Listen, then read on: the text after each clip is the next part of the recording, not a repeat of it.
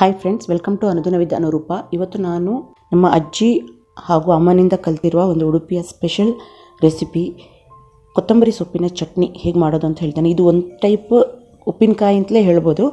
ಇದನ್ನು ಗಂಜಿ ಅಥವಾ ಮೊಸರನ್ನ ಜೊತೆ ನೆನೆಸ್ಕೊಂಡು ತಿನ್ನಲಿಕ್ಕೆ ತುಂಬ ಚೆನ್ನಾಗಿರ್ತದೆ.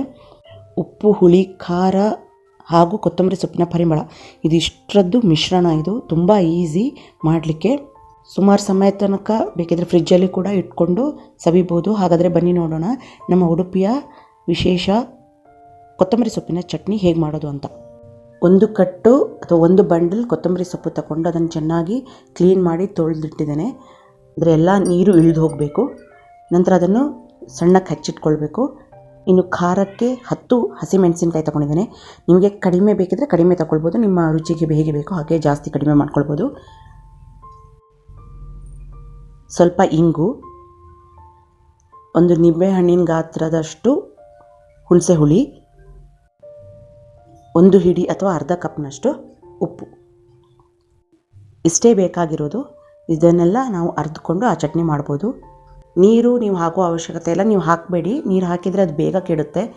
ಸೊ ಆ ಸೊಪ್ಪಿನಲ್ಲೇ ಆಲ್ರೆಡಿ ನಾವು ತೊಳೆದಿರ್ತೀವಲ್ಲ, ಒಳ್ಳೆ ನೀರಲ್ಲೇ ತೊಳೆದಿರ್ತೀರಿ, ಆ ಸೊಪ್ಪಿನಲ್ಲಿರುವ ನೀರೇ ಸಾಕಾಗುತ್ತೆ.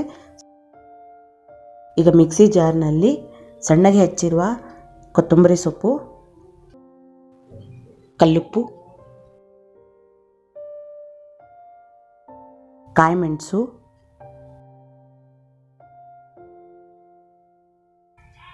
ಹುಣಸೆ ಹುಳಿ,